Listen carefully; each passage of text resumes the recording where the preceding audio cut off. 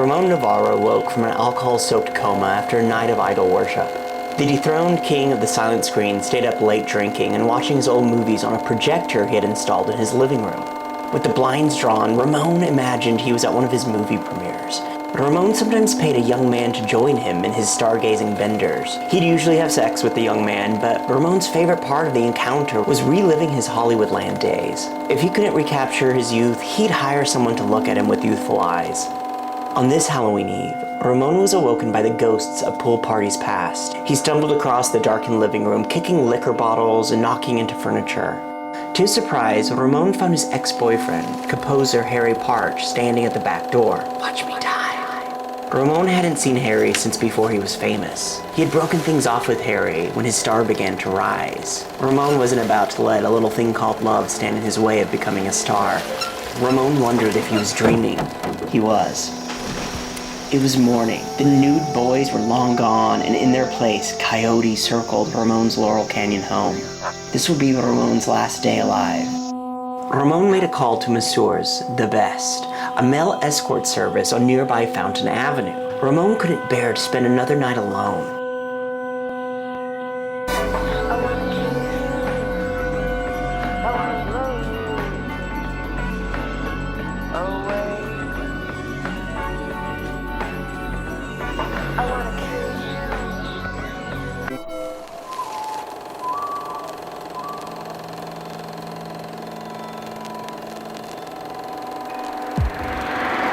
Behind these gates, on Halloween Eve 1968, two young hustlers rang the doorbell.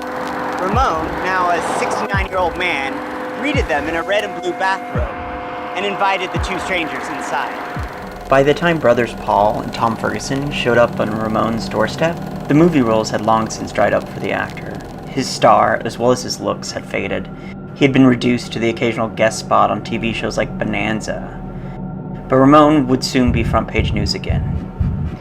When his secretary of 8 years, Edward Weber, reported to work on the morning of Halloween, Edward found Ramon's house in a state of disarray. Chairs overturned, a pair of spectacles crushed on the living room carpet, and liquor bottles everywhere. Edward searched the house, and what he found would only be rivaled the following year by the Tate LaBianca murders. I'm going to tell you a secret. Ramon believed that being gay was a sin. I can't help but feel deep empathy for Ramon.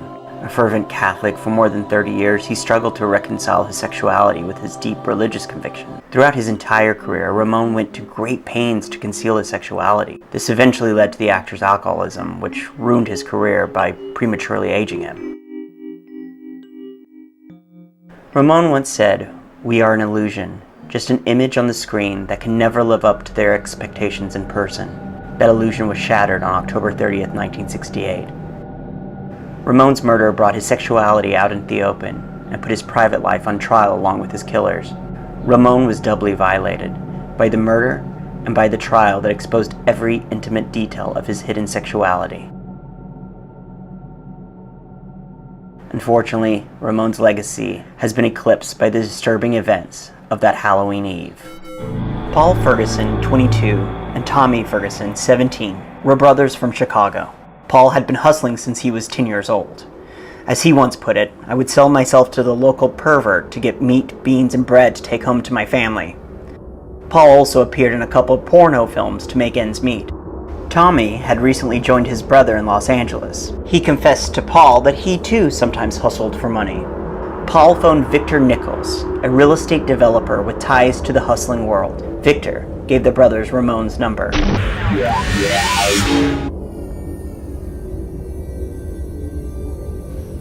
The idea was to get Ramon drunk, string him along, do whatever needed doing, and then find his hidden cash. Ramon was more than comfortable with the brothers, as he frequently used an escort service to procure boys, and the Ferguson brothers were just too damn cute to turn away. Ramon, always the gracious host, served beverages. Paul had vodka, while Tommy drank beer and tequila. Ramon read Paul's palm and told him he had a long lifeline. Ramon served chicken gizzards and ordered cigarettes from the liquor store. Ramon called a film publicist and told him that he wanted to introduce a young man who had star quality. That would be the last anyone would hear from Ramon Novarro.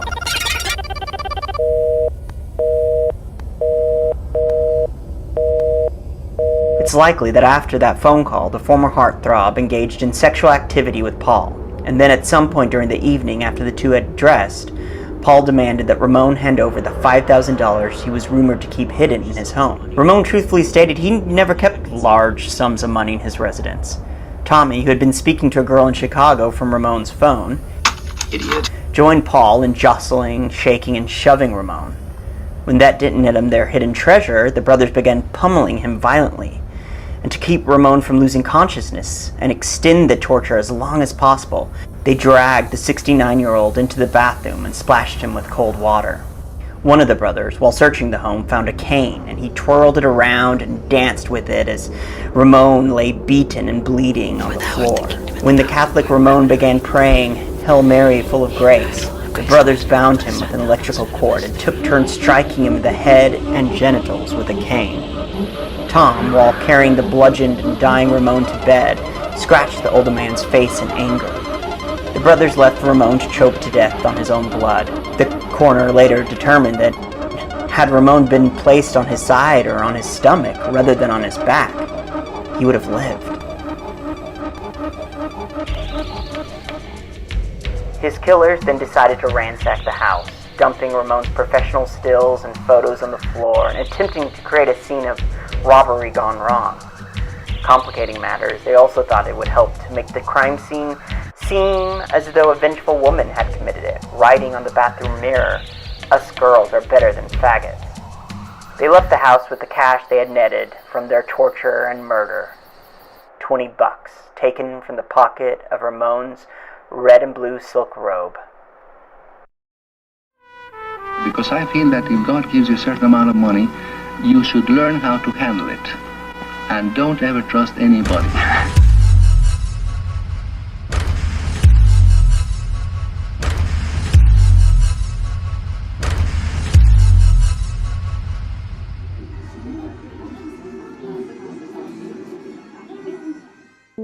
During the subsequent trial, Ramon's sexual proclivities were splashed on the front pages of every newspaper across the country. Every aspect of his sex life was examined and tried. The jury deliberated for 2 days before finding the Ferguson brothers guilty of first-degree murder. The brothers were sentenced to life. As the Fergusons served their sentences, the legend of their crimes infiltrated pop culture. The most infamous reference to the murder is in Kenneth Anger's salacious, if not liable, Hollywood Babylon. Anger asserts that the murder weapon used to kill Ramon was a lead dildo cast from Valentino's member. What? And that it was crammed down Ramon's throat, suffocating him. The phallus didn't exist, but this urban legend still persists to this day. Tommy was eventually paroled in 1987, only to be arrested again and sentenced to 8 years in prison for raping a 54-year-old woman. He was paroled in 1990 and committed suicide on March 6, 2005 by slitting his own throat in a Motel 6. Paul was released in the late 80s, only to be sentenced to 60 years in prison for a 1989 rape and sodomy charge.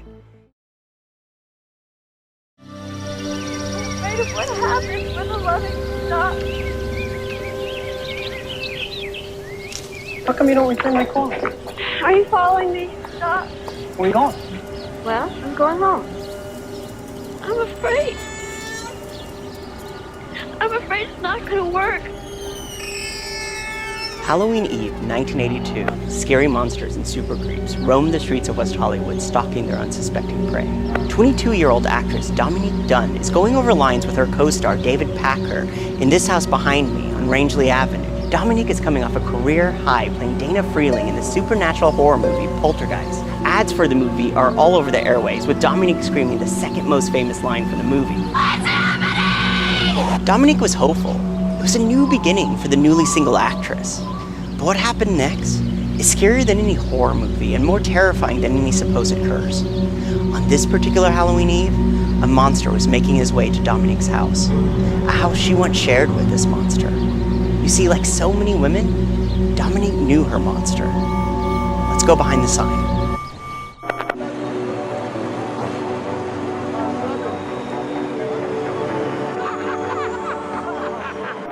With Poltergeist in the can, all eyes were on the promising young newcomer, and Dominique soon attracted the attention of John Thomas Sweeney, an up-and-coming sous chef at the celeb-soaked Mama San here on Melrose Avenue. The restaurant is now Cookie's Pot Shop. Mae Masson was walking distance to Dominique's West Hollywood pad. Dominique and Sweeney soon became an item, but So you like me? she was in trouble from the get-go. I don't know how to tell him. Sweeney's emotionally and physically abusive. Bye-bye, Cheryl. Thank you. Dominique tried to break it off with him several times, but the creep couldn't take a hint. Dominique wrote a letter to Sweeney in hopes of getting through to him. I'm afraid. Stop. I think what you did stinks. Stop. On August 27, 1982, Sweeney attacked Dominique during an argument and yanked out clumps of her hair. I hate him, Julie. I just hate him. A few days later, Dominique returned to the home she shared with Sweeney on Rangeley Avenue and took her abuser back. Seems like a nice guy. Yeah, he's smart too, boy. He really worked his way up. This is far from unusual.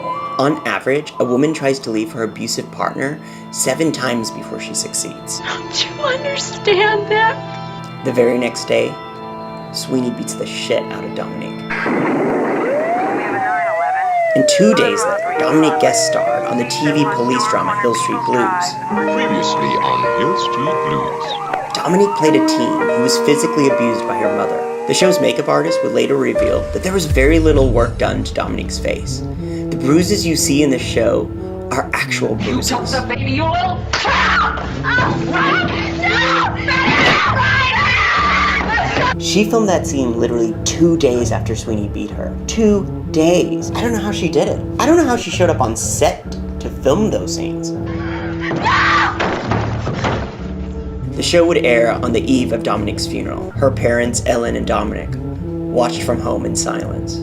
Dominique and Sweeney got into their final fight on September 28th at the home the couple shared here on Rangeley Avenue. Sweeney grabbed Dominique by the throat and threw her to the floor. He then climbed on top of her and started strangling her. He almost strangled her unconscious. Dominique's friend Brian Cook was staying at the Rangeley house with the couple when he heard the two arguing. The whole thing was a lie. I liked a person that I thought you were, but you were somebody else. Cook recalled hearing the most horrendous sound he had ever heard in his entire life. A loud gagging sound. I can't believe you did this. Dominique ran down the hallway and barged into Cook's room with marks all over her neck. Sweeney was close behind her, looking so scary and denying that he had even touched her. Sweeney convinced Dominique to come back to bed. She pretended to comply, but she snuck out the bathroom window when Sweeney was back in bed. When Sweeney heard Dominique's electric blue VW bug start up in the driveway, he ran out of the house and jumped on the hood. Will you leave me alone? Dominique stopped the car long enough for Sweeney to jump off the hood. And when he did, she sped off. Sweeney, angry as could be, chased after her all the way down the street.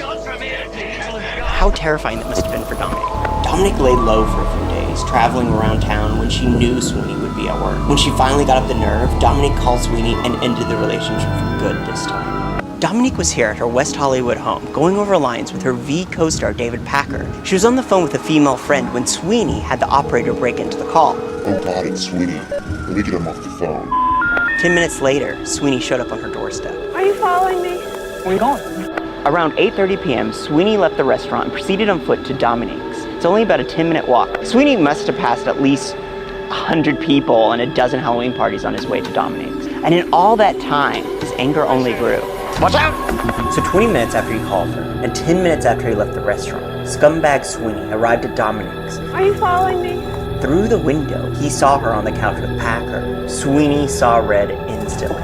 He started banging on the front door. At first, Dominique would only speak to him through the lock. She had had the locks changed after they broke up. What's the point of having the locks changed if you're going to open the door? Sweeney convinced Dominique to step out onto the front porch where they continued arguing. And then, I can't. static. Do you understand this? I can't. Sweeney would later say that his next memory was of being on top of Dominique with his hands wrapped around her throat. Nobody knows what really happened that night besides Sweeney, and who knows if he's telling the truth. I'm going to say he's probably not telling the truth. Packer told police that he heard a smacking sound, 2 screams, and a thud. Feel free to jump in anytime. He then called the police, but got the wrong police department. You see, this was before the nationwide 911 system was put in place, but instead of hanging up and calling another police department, he hung up and called a friend. If I died tonight, John Sweeney did it. Packer snuck out of the house through the back door, which I find to be a real shitty move. As he was making his way down the driveway, he noticed Sweeney in the bushes, kneeling over an unconscious Dominique. You see, Sweeney had dragged Dominique's body from the front porch to her driveway, through the bushes, to her next-door neighbor's driveway. When the police arrived, Sweeney met them in the driveway with his hands in the air. I killed my girlfriend, and I tried to kill myself. But Dominique wasn't dead yet. According to Scumbag Sweeney, when he came to from choking Dominique, he noticed that she wasn't breathing. Duh. He tried to get her to walk, but he ended up dropping her. He then supposedly tried to administer CPR, but when that didn't work, Sweeney decided to commit suicide. Sweeney told police that he went into the house, downed 2 bottles of pills, came back outside, and laid down next to Dominique waiting to die. But investigators aren't buying it whatsoever. First off, there are no pills found in his system. From the moment he stopped choking Dominique, Sweeney was plotting his defense. When Dominique arrived at Cedars-Sinai Medical Center, mere blocks from her house, her heart had come to a full stop. Machines restarted it, but there was no way to reverse the damage done to her brain.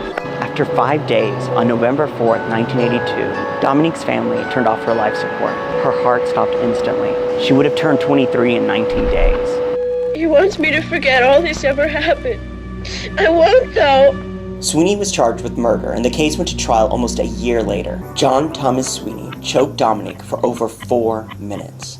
The prosecutor held up a stopwatch in court during his opening statement. Ladies and gentlemen of the jury, I'm going to show you how long it took for Dominique Dunne to die. For over 4 minutes, the courtroom said in stunned silence. Dominique, who covered his daughter's murder trial for Vanity Fair, wrote, A gunshot or knife stab is over an instant. Strangulation is an eternity.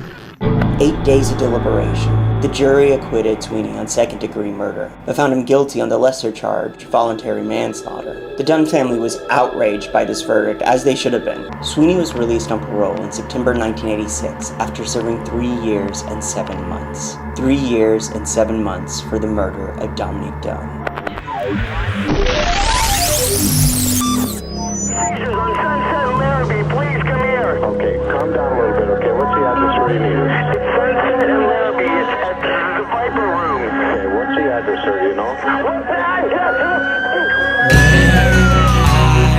gone the other day. Where I've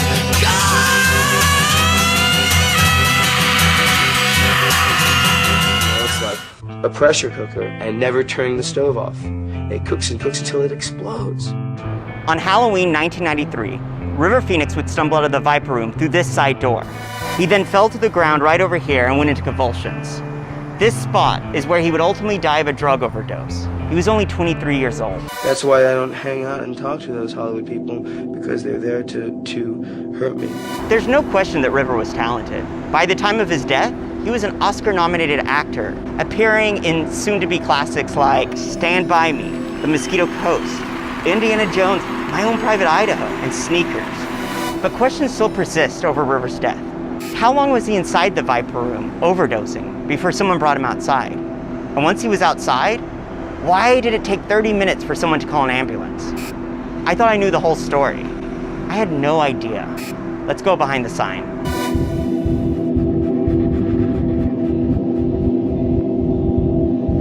River arrived in Los Angeles on October 26, 1993. After 2 months of staying sober for a stressful production, River cut loose and went on a drug binge. The last shot of River ever committed to film was River's silhouette.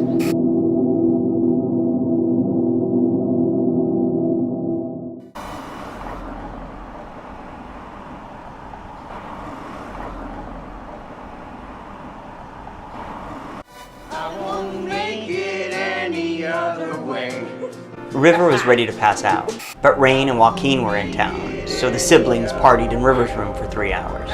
Rain and Joaquin wanted to go out. The only catch? River's siblings were underage, and they needed an adult to accompany them to the clubs. River's girlfriend Samantha agreed to take them, and River would stay behind at the hotel. God, this is the moment where you wish you could go back and change things. While Samantha, Rain, and Joaquin waited at the elevators, River came running down the hall chasing after him. River, for some reason, changed his mind and decided he'd join him for a night out. So on October 30th, 1993, at 10 p.m., River, his girlfriend Samantha Mathis, his siblings Rain and Joaquin depart the hotel for the Viper Room. Phoenix died. The 23-year-old's case appeared to be consistent, as he put it, with cocaine overdose. At the time of River's death, the Sunset Strip was a narcotics supermarket. It was easy to get cocaine, ecstasy, weed, and a potent dose of heroin branded the body bag. Thanks in part to the Viper Room's clubgoers, heroin had acquired a hipster sheen. But in Los Angeles, the real drug of choice was more.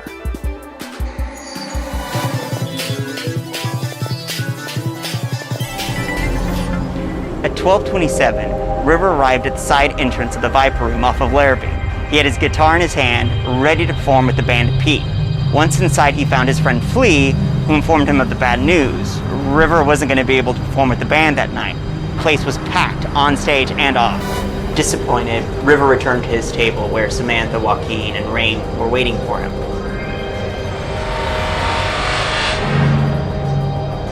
River's friend, Chili Pepper John Frusciante, came over to the table holding out a cup. River didn't know what was in it, but he had personally taken John to rehab twice, so he knew it wasn't water. River downed the drink in one big gulp. Immediately after downing the drink, River felt unwell. The drink contained a dissolved speedball, a mixture of cocaine and a very potent variety of Parisian brown heroin. To calm himself down, River took a Valium. What else do you do when you've taken too many drugs? You take more drugs. River then vomited on himself and the table before slumping in his seat, unconscious. At 12:55, River jerked awake at the table. He asked to go outside, but he couldn't walk and he fell to the floor. Joaquin assured everyone that his brother was fine. He helped his brother past the stage where the band P was performing. River really should have been on that stage. When River stepped outside, he collapsed on the sidewalk. He then started having violent seizures. Nobody knew what to do. It took his sister Rain to climb on top of him to hold him down so he wouldn't hurt himself. While River lay dying on the pavement outside of the club, the band P was performing their song Michael Stipe. Eerily, this song name-checks River. River had been having seizures for around 10 minutes when Joaquin finally calls 911 from a payphone a couple of doors down from the Viper Room. Immediately after River's death, the call was leaked to news stations.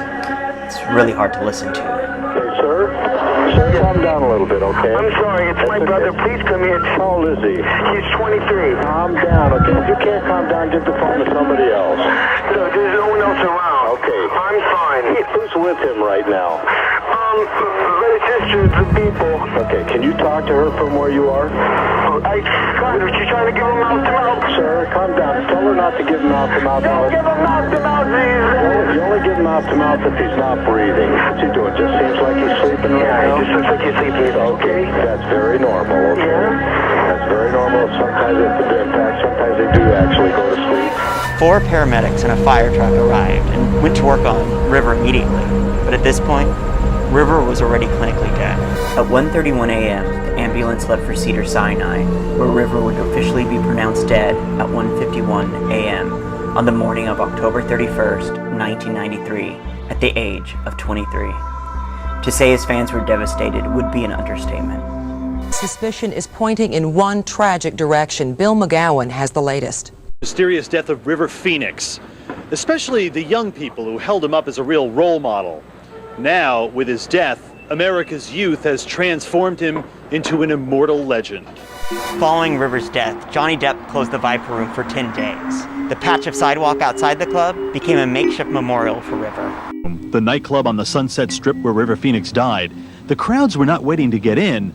They were there to pay homage. By the time help arrived, it was way too late for River. But still, why did it take so long? No one but John Frusciante knew what River had taken.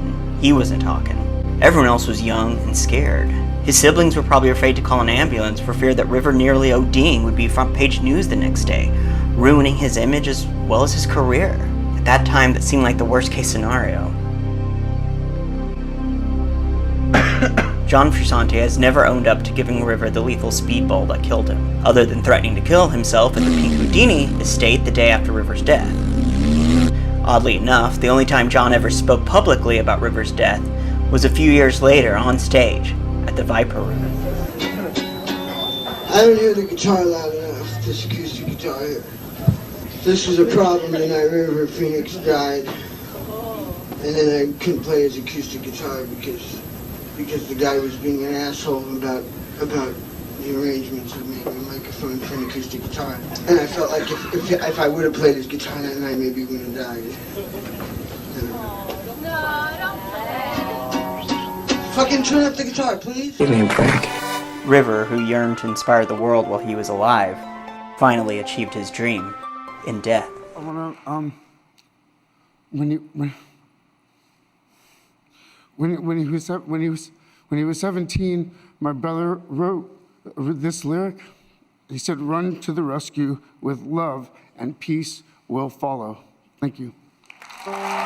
It's all very true. Or to that, maybe we'll talk again. Oh, right. And again, I like your wild and crazy shirt. Oh, thanks. You too. Thank you. See ya. Okay, David.